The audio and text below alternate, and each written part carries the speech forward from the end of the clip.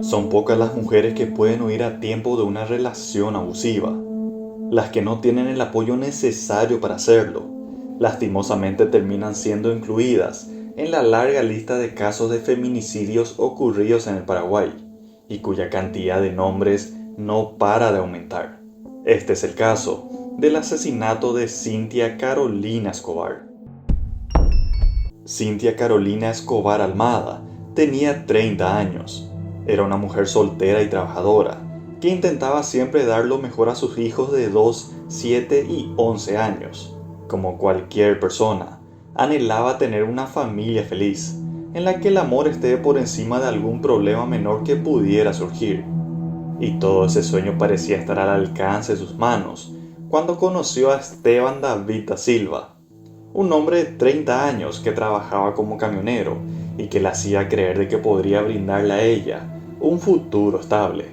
Cintia primeramente vivía en Luque con sus hijos y con sus padres, pero por el trabajo de Esteban, debió mudarse con sus retoños a la ciudad de Villa Hayes, en donde alquilaban una casa.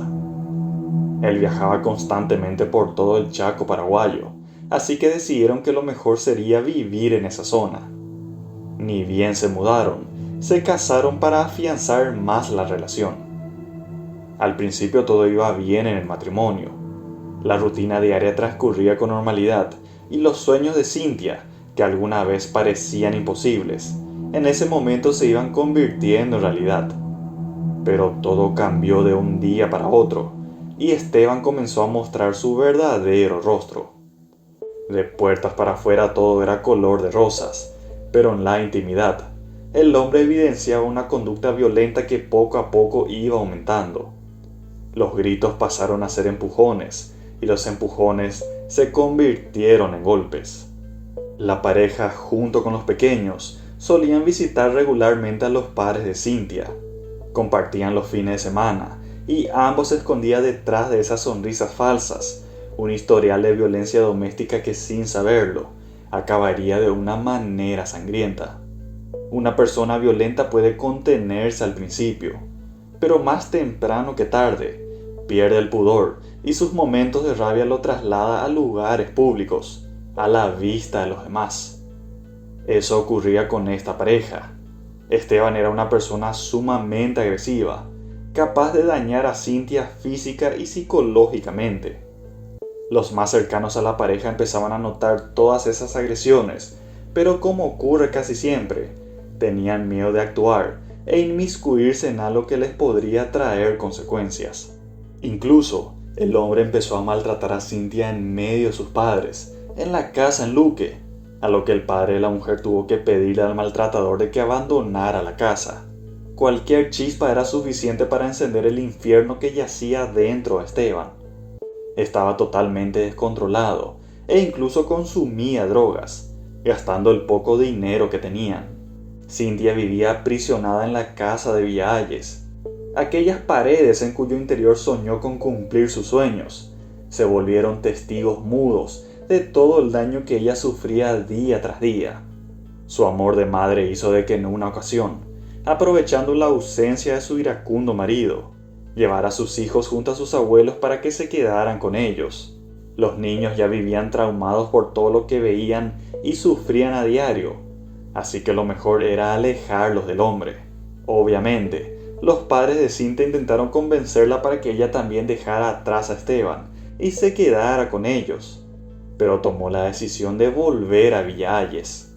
El 6 de enero del año 2016, el infeliz matrimonio llegó hasta la casa de los padres de Cintia, con la intención de salir con los hijos de la mujer, supuestamente para pasearse e ir a comprar regalos por el Día de los Reyes Magos.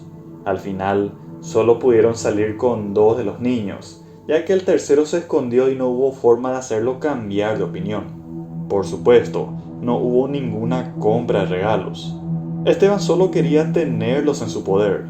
Toda esa jornada, la pareja en compañía de los niños deambulaban, porque ya no tenían lugar en donde vivir, ya que no habían pagado el alquiler de la casa y fueron expulsados. En cierto momento del trayecto, llegaron hasta una estación de servicios de Villa Hayes, y una mujer que los conocía se apiadó de ellos y les ofreció quedarse en una humilde vivienda hasta que encontraran un lugar fijo.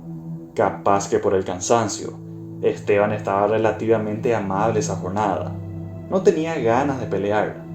Sin embargo, su lado oscuro no tardó en salir a flote. Esa misma noche, tras una discusión, obligó a Cynthia a quedarse afuera y dormir en una silla, repitiendo la cobarde acción la noche siguiente.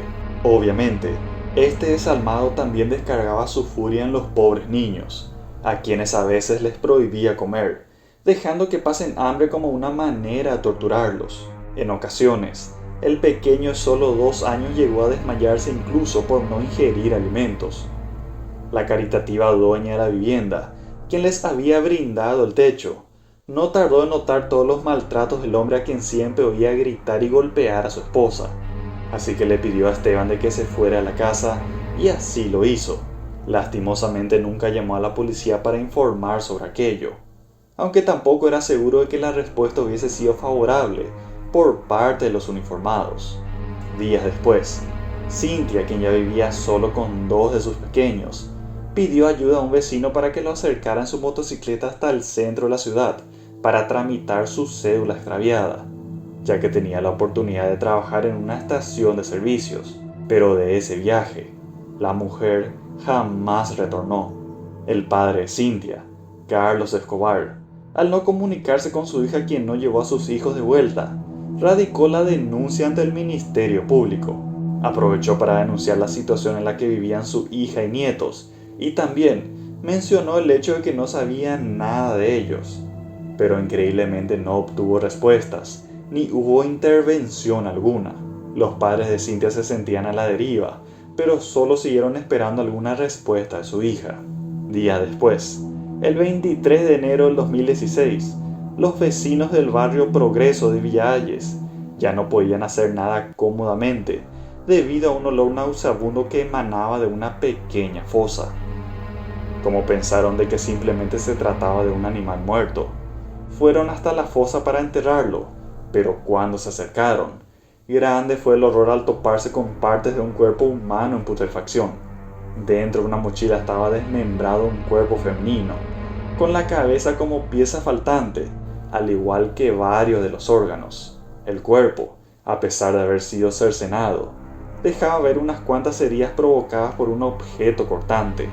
Tras una verificación de huellas dactilares, se determinó de que el cuerpo era de Cynthia Carolina Escobar. De inmediato los desconsolados familiares señalaron como principal sospechoso a Esteban da Silva. La policía inició una serie de investigaciones que los llevaron hasta una casa que quedaba a cuadras del lugar en donde se hallaron los restos. Dicha casa pertenecía a Francisco Vera, un carnicero de la zona, de quien también sospecharon enseguida, por su relación con Esteban y porque el cadáver tenía unos cortes muy prolijos. El olfato detectivesco de los uniformados dio sus frutos. En el lugar hallaron los calzados de Cynthia, al igual de que manchas de sangre en una cama, en donde se presumía que podrían haber asesinado a la mujer. Y tuvieron razón. Se supo de que Cynthia fue hasta la casa de Francisco Vera, quien era amigo de Esteban da Silva. Fue hasta el lugar para encontrarse con su marido, quien supuestamente le iba a dar dinero para hacer unas compras. Pero las intenciones eran otras, y al llegar allí, la golpearon salvajemente, la sometieron sexualmente, luego la asestaron 3 certeras puñaladas que acabaron con su vida, para después terminar desmembrando el cuerpo. Los restos los guardaron a duras penas dentro de una mochila, lo cargaron en un motocarro y lo lanzaron en el patio baldío. A los pocos días, Esteban da Silva fue detenido en Villa Hayes, mientras que Francisco Vera sigue prófugo hasta hoy. En el juicio contra el asesino, se comprobó también otra aterradora realidad por la que Cynthia sufría diariamente. Ella era obligada por Esteban a prostituirse para obtener dinero, e independientemente de lo que hiciera, el hombre siempre la golpeaba. Incluso la obligaba a fumar marihuana para mantenerla drogada. Ella era para él un simple objeto sin valor. Durante el juicio, aparecieron testigos falsos, plantados por familiares del asesino, queriendo ayudarlo, pero fueron descubiertos y procesados. En todo momento, Esteban fue consultado sobre el paradero de la cabeza de Cynthia, a lo que el asesino simplemente quedaba en silencio o directamente negaba estar implicado en el crimen, pero con todo en contra, y con la familia de Cynthia luchando por la justicia que se merece su memoria. Esteban da Silva fue condenado a 30 años de cárcel por el abuso y asesinato de Cynthia Carolina, mientras que su cómplice aún está siendo buscado internacionalmente para que pague por su crimen. Recién en noviembre del año 2017, unos pescadores encontraron de casualidad un cráneo a orillas del río Paraguay, que mediante los estudios correspondientes se comprobó de que pertenecía a Cynthia Carolina. Con eso, se le pudo dar cristiana sepultura al cuerpo completo de la víctima. En la actualidad, se construyó un nicho en memoria de Cynthia en la zona en donde la encontraron. En cuanto a sus hijos, los 3 se encuentran en buen estado de salud y al cuidado de sus abuelos. Lastimosamente, Cynthia nunca recibió la ayuda necesaria para salvarse del único final posible que le esperaba, al lado de ese asesino. Tampoco podía escaparse de sus garras, porque el miedo que sentía la tenía atornillada en su sitio. Amén de que sabía que sus hijos podrían sufrir las consecuencias si ella se alejaba de él. Luego de todo este caso de feminicidio, que fue uno de los más sangrientos e impactantes de nuestro país, comenzaron a surgir versiones que dan a entender de que el alma de Cynthia aún no puede descansar en paz, y cuesta trabajo creer que pueda hacerlo así sin más, luego de la muerte horrenda de la cual fue víctima. Vecinos del barrio Progreso aseguran de que el alma en pena de Cynthia merodea por el lugar. De su nicho, por ejemplo, salen sombras por la noche que asustan a los motociclistas y transeúntes que pasan por ahí.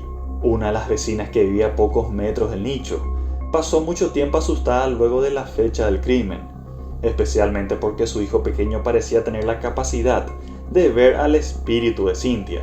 El niño aseguraba de que ella se escondía bajo su cama o en ocasiones se le aparecía de frente, cosa que lo atormentaba y debía ir corriendo a los brazos de su madre.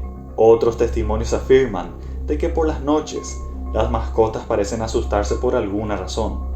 Arañan las puertas de las casas desesperadamente queriendo ingresar, como si alguien o algo los estuviera persiguiendo.